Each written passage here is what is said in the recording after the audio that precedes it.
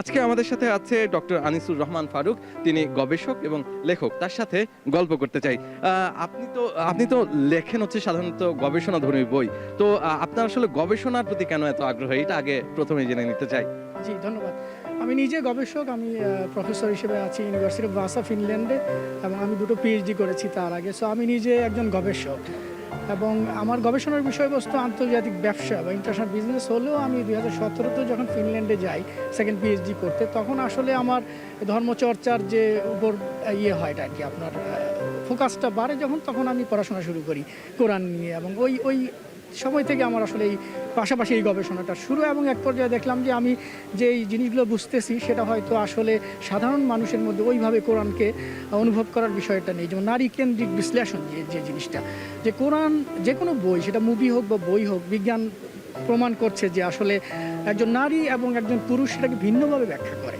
আপনি একই মুভি যদি দেখেন, সেটা একজন নারীকে যদি ব্যাখ্যা করতে বলেন এবং একজন পুরুষকে, সেটার মধ্যে দেখবেন তারা ভিন্ন ভিন্ন মেসেজ সেখান থেকে পিক করে। সো সেই গবেষণার প্রেক্ষাপট থেকে আপনি যদি ধরেন যে কোরআন শরীফ যদি পড়ে, একজন নারী যেই মেসেজটা ওখান থেকে নেবে এবং পুরুষ নেবে, সেটা এক হবে না। সো ওই জায়গাটায় এখন বর্তমানে অনেক বড় বড় গবেষক ওয়ার্ল্ড ওয়াইড, নারী গবেষকরা এই কাজগুলো করছেন, যে ব্যাখ্যা করার চেষ্টা করছেন নারীবাদী না, নারী কেন্দ্রিক ব্যাখ্যাটা, যেখানে নারী সেখানে নায়ক হিসেবে থাকবে। সে এবং সমতার যে বাণীটা, সেটা নজরুল যেটা প্রমোট করেছেন, সেই জায়গাগুলোই আসলে যে নারী কেন্দ্রিক ব্যাখ্যা এবং সমতার যেই ব্যাখ্যাটা কোরআন থেকে গবেষণার মাধ্যমে, এটা আসলে বয়ান বা ওরকম কিছু না, এটা সিরিয়াস গবেষণাটাই। কিন্তু কোরআন সম্পর্কে যাদের আগ্রহ আছে সেরকম সকলের জন্য এই বইগুলো, এবং এখানে অনেক ইন্টারেস্টিং বিষয় আছে, অনেক মজার এবং অনেক জানার বিষয় আছে। আমার 5টা বইয়ের মধ্যে 4টাই কোরআন এবং কোরআনের নারী কেন্দ্রিক এই গবেষণা। 3টি প্রকাশ করেছে অ্যাডন পাবলিকেশন এবং একটি সময় প্রকাশন এবারের বইমেলায়। আর একটি উল্লেখযোগ্য যে বিষয়টা হচ্ছে যে আমি দেখলাম যে শুধু যে এই গবেষণা দিয়ে আসলে মানুষের মধ্যে যে এই জানার বিষয়টা আসলে পূর্ণাঙ্গতা লাভ করবে না। সেই জন্য আমি ভাবলাম যে বাংলাদেশের কিশোর তরুণরা, তাদের মনে যে প্রশ্নগুলো জাগে, ধর্ম হোক, সেটা মানবতা হোক, সেটা নিজের বেড়ে ওঠা হোক, পারিবারিক বলয়ের মধ্যে যে ধরনের কোয়েশ্চেনগুলো আসে, সেগুলোর আনসার তারা আসলে পায় না। সেই প্রেক্ষাপট থেকে আমি ভাবলাম যে একটা কিশোর উপন্যাস হতে পারে, যে আমার এই জার্নিটার মধ্য দিয়ে আমি যেগুলো বুঝতে পারলাম, এবং আমার নিজের কৈশোরে যেই প্রশ্নগুলো আমার মনে হয়তো জেগেছে বা এখন তাদের মনে জাগবে, সেই প্রশ্নগুলোর উত্তর এই চরিত্রায়নের মধ্য দিয়ে আমি এই উপন্যাসটা, অমৃতের সন্তানেরা, এটি গ্রন্থিক পাবলিকেশন প্রকাশনী থেকে আসবে খুব শীঘ্রই, 2-4 দিনের মধ্যে। সো আমি মনে করি এই বইটা কিশোর তরুণদের জন্য না, শুধু তাদের বাবা মারাও সেখান থেকে জানতে পারবে, বুঝতে পারবে যে হ্যাঁ, একটা কিশোরকে কিভাবে রেজ করতে হবে, তার আসলে কী ধরনের কোয়েশ্চেন বা তার মেধা মনন বা তার চেতনার যে বিকাশটা দরকার, সেটা কোন দিকে হওয়া উচিত, মানে উত্তরটাও, প্রশ্ন কেমন হওয়া উচিত এবং উত্তর কেমন হওয়া উচিত, তেমনটা নিয়ে আপনার এই বই সাজানো, বুঝতে পেরেছি। তবে একটি প্রশ্ন আমার মনে যাচ্ছে যে আপনার যে বইগুলো, সেগুলোর প্রতি সাড়া কেমন দেখছেন? জি, এই বছর তো দুটো কোরআনের উপর, দুটো সময় প্রকাশন থেকে একটি, এবং একটি হচ্ছে অ্যাডন থেকে।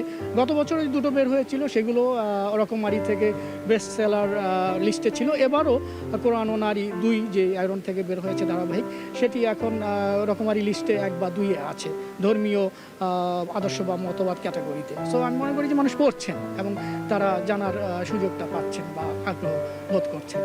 আচ্ছা, আপনার এই যে গবেষণাধর্মী যে বইগুলো আছে, এই গবেষণাধর্মী বইয়ের প্রতি তরুণদের আগ্রহ বেশি দেখছেন, নাকি একটু যাদের হচ্ছে তরুণ থেকে কিছুটা প্রবীণ উত্তীর্ণ হয়েছেন, তাদের আগ্রহটা বেশি? কাদের আগ্রহ বেশি?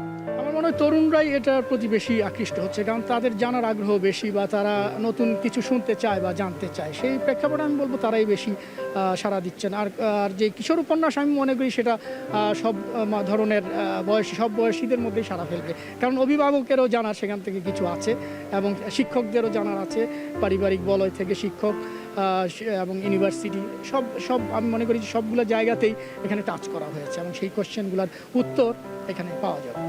আচ্ছা, তো এই যে পুরো মেলা ঘুরছেন, এবারের মেলা আপনার কাছে কেমন লাগছে এবং কতটা রঙিন মনে হচ্ছে? গতবার প্রথম এসেছিলাম, যেহেতু আমার বই এসছে, তো অনেক বছর পরে, বিদেশে প্রায় 15-20 বছর ধরে আছি। তো আমার এবারে মনে হয়েছে যে অনেকখানি গোছানো মেলার পরিবেশ, এবং মানুষের স্বতঃস্ফূর্ততা অনেক বেশি মনে হচ্ছে। হয়তো একটা প্রেক্ষাপট চেঞ্জ হয়েছে দেশের রাজনৈতিকভাবে, সেটার কারণে হতে পারে মানুষের মধ্যে, আমি সেই বিষয়টা মনে হয় তাদের চেহারার মধ্যে দেখতে পাচ্ছি আসলে। আচ্ছা, তো লেখক হিসেবেও তো আপনি বই পছন্দ করেন, তো বইয়ের আসলে গল্পটা নিশ্চয়ই আছে, আপনিও নিশ্চয়ই বই খোঁজেন। কি ধরনের বই আপনি পড়তে পছন্দ করেন?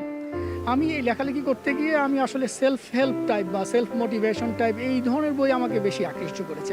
হ্যাঁ, আমারও আসলে এই ধরনের বই পছন্দ,